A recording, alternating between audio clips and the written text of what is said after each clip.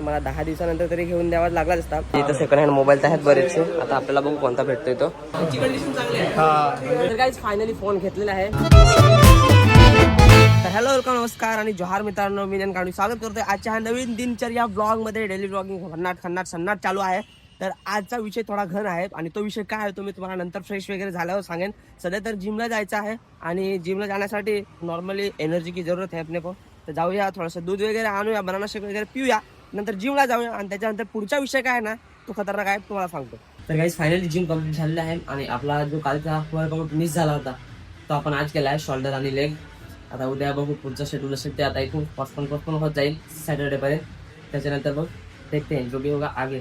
आता निघूया आणि पुढचा जो प्लॅन आहे तो तुम्हाला सांगतो आता पुढे. कदाचित तुम्हाला थंबनेल आणि टायटल मध्ये समजले असेल, जर मी टाकेन तर. नाही समजलं तर दाखवतो. आता काही आता निघालो आम्ही त्या ठिकाणी जाण्यासाठी. एक शॉप वरती चाललेलो आहे आणि आता मी आणि मयूर आहे माझ्यासोबत. तर सीनच झाला, गाडीमध्ये पेट्रोल आहे बघा. 80 किलोमीटर ऑलरेडी गाडी चाललेली आहे. मॅक्स टू मॅक्स गाडी आता 20 किलोमीटर चालेल. आणि इथे पेट्रोल पंपवरती बघतोय तर कुठेच पेट्रोल वगैरे मिळत नाही. तसा सीन झाला. आता पुढे पेट्रोल आहे पेट्रोल पंप, तिथे भेटला तर नशीब, नाही तर आमचे वांदे होणार आहेत. तर चला बघूया पेट्रोल भेटतो का नाही. तर गाईज आम्ही निघालो तर आहे, पण गाडी ना सारखं झटका मारते. मला टेन्शन आलंय आता गाडी पोहोचेल का नाही पेट्रोल पंपवर. नाही पोहोचली तर वांदे होतील, कारण पेट्रोल पंप आता एकदम पुढे आहे. बघूया आतापर्यंत पोहोचतो का नाही आपण. फायनली आता दुसऱ्या पेट्रोल पंपवर पोहोचलोय आणि इथे पेट्रोल टाकत आहेत. त्याच्या जीवाला शांती वाटली. आता गाड्या डायरेक्ट टाकी फुल करू. हे बघा 87 किलोमीटर गाडी चाललेली आहे ऑलरेडी आणि आता आपण इथून टाकी फुल करून ट्रिप परत सेट करू. टाकीमध्ये पेट्रोल 12.5 लिटर बसलाय. 13 लिटरची टाकी म्हणजे गाडीमध्ये फक्त अर्धा लिटर पेट्रोल वाचला होता आणि टोटल 1299 म्हणजे ऑलमोस्ट 1300 रुपयाचा पेट्रोल बसला गाडीमध्ये. तर आता पुढे ट्रॅफिक आहे, नंतर गाडीवरून उतरल्यावर तुमच्याशी बोलतो. फायनली आम्ही तळोजामध्ये पोहोचलो आहेत. पण मी जे लोकेशन बघून आलो ना मोबाईलचं, ते मी रील बघितली होती. तर त्याच्यावर चांगले मोबाईल दाखवत होतं. तर विचार केला की तिथूनच जाऊन घ्यावं असं. तर आता जातोय आणि ह्या लोकेशनला दाखवत होतं, पण ते त्या लोकेशनला तिकडच्या साईडला गुगलला चुकीचं लोकेशन दाखवतंय. तर जाऊन बघूया बरं तिकडनं. गाईज हे आहेत ते मोबाईल शॉप जे आम्ही बघितलं होतं इन्स्टाला आणि नाव आहे याचे युनिक मोबाईल शॉप. आता बघूया आपल्याला पाहिजे तसा मोबाईल इथे भेटतो का आणि पाहिजे त्या बजेटमध्ये भेटतो का.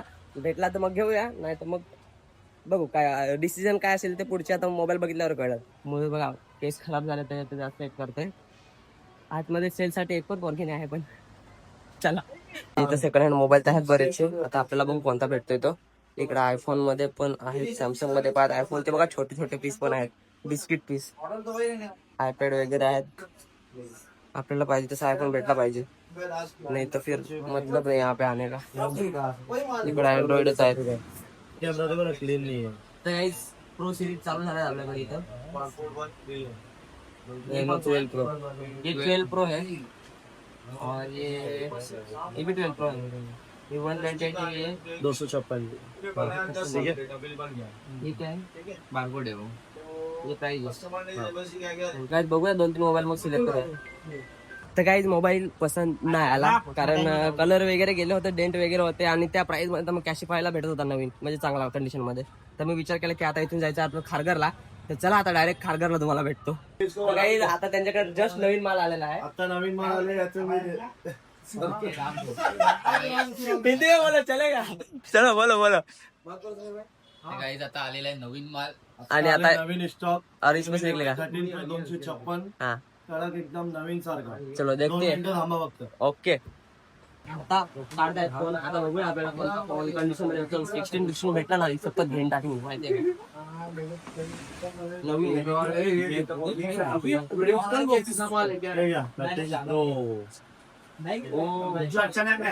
कंडिशन चांगली आहे. बॅटरी बघ पहिलं.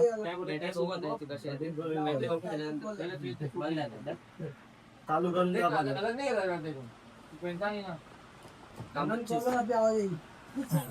न्यू आहे का? न्यू आहे केबल दिवस एक दिवसाचा फोन आहे, फक्त एकच दिवस वापरला. कितीला जाईल?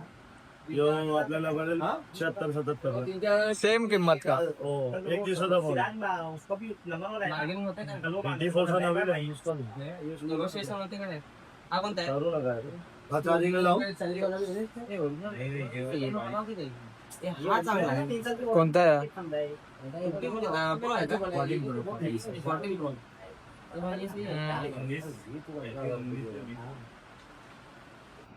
तर काय मोबाईल झालाय फायनल आणि आता कोणता झालाय तो तुम्हाला दाखवेनच कदाचित ह्या व्हिडिओमध्ये किंवा दुसऱ्या व्हिडिओमध्ये.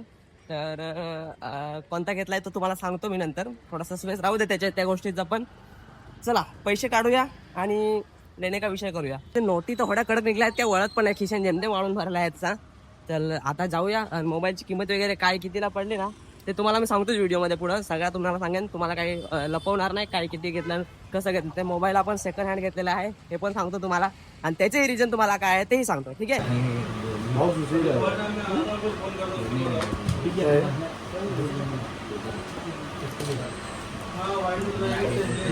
प्राइस मार्केट से कम 5 से 7 हजार रुपए कम होने वाली है। मोबाईल नंबर कंडीशन की बात करो 70 तो कंडीशन सारे फोन 100 और कोई फोन यूज 90 और कोई फोन खुला हुआ रिपेयर किया हुआ नहीं मिलेगा आपको। और आज से हमारी दुकान में आपको किसी भी सेकंड तर गाइस फायनली फोन घेतलेला आहे आणि बघू शकता फोनची कंडिशन एकदम ब्रँड न्यू नवा कोरकोरीत. आणि आपण घेतलेला आहे आयफोन 13 आणि आयफोन 13 ची प्राइस वगैरे मी तुम्हाला सांगतोच व्हिडिओच्या शेवटी सांगेन किंवा कमेंटमध्ये सांगेन. मी इथे नाही सांगणार तुम्हाला प्राइस, कारण तुम्ही कमेंट नाही करत ना. तर हा आपण आज आयफोन घेतलेला आहे आणि हा माझ्यासाठी नाही आहे आयफोन, हा तुमच्या वहिनीसाठी आयफोन आहे. तिच्यासाठी घेतला आहे खास करून. तिने व्हिडिओसाठी शूटिंग चालू केलेलं आहे. त्याचं रिझन वगैरे सगळं मी तुम्हाला अचानक का घेतलं ते नंतर सांगतो तुम्हाला. हॉस्टेलला गेल्यावर निवांत.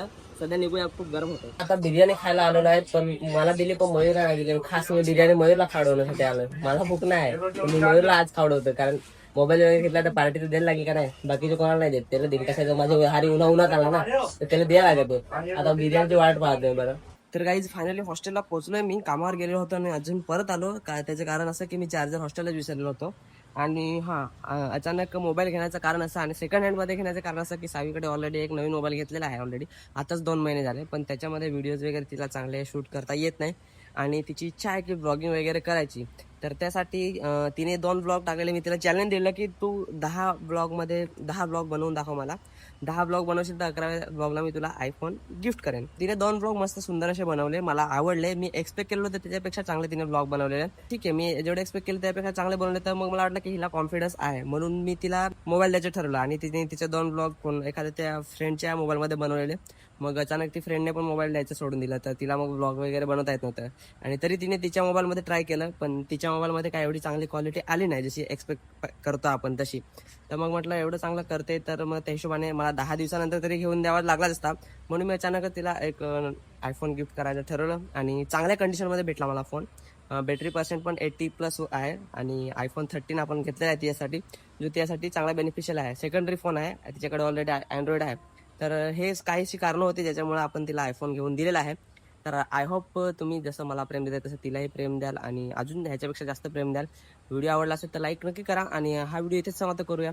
पुढच्या व्हिडिओमध्ये भेटूया. मोबाईलची चार्जिंग सुद्धा संपलेली आहे. भेटतो तुम्हाला उद्या. तोपर्यंत काळजी घ्या. Take care. बाय. नवीन असाल तर सबस्क्राईब करून ठेवा आणि आपले रोज व्लॉग बघत राहा. चॅनलला सबस्क्राईब करा आणि व्हिडिओला लाईक करा. भेटूया. बाय.